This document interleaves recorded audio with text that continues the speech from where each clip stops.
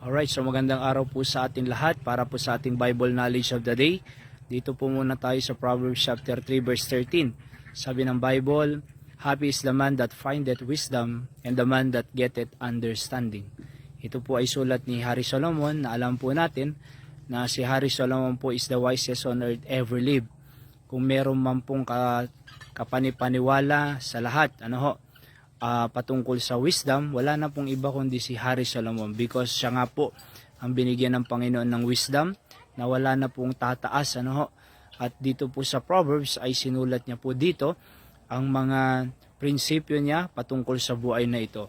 And sabi ng Bible, "Happy is the man that findeth wisdom, and the man that getteth understanding." Wisdom po ay, ang wisdom po dyan, hindi po secular wisdom, kundi wisdom ng Panginoon, wisdom from heaven, wisdom from above. Nasabi ng Bible, it's first pure, peaceable, and gentle, sabi ng Biblia. Kaya yun po dapat ang wisdom na makuha rin po natin, sapagkat kailangan po natin para sa ating mga decision making araw-araw ang wisdom ng Panginoon. At pag yan po ang in-apply natin, ang wisdom ng Panginoon, sigurado hindi po tayo magkakamali. Sigurado ay tama ang ating pong pamumuhay. Tama po ang direksyon, magiging direksyon ng ating pamilya. Tama po ang kahahantungan natin. Bakit?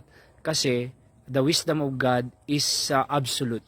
The wisdom of God is truth, the truth. The wisdom of God is pure, mga kapatid.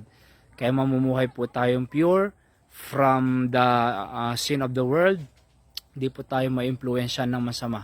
At makikip po natin ang ating family to live in a godly way. Yun po ang kailangan natin. Sabi ng Biblia, masaya. Happy is a man that findeth wisdom.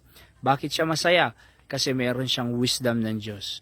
At dahil yun ang ginamit niya, siguradong magiging maganda po ang resulta niya. Alright? Kaya magiging masaya po siya.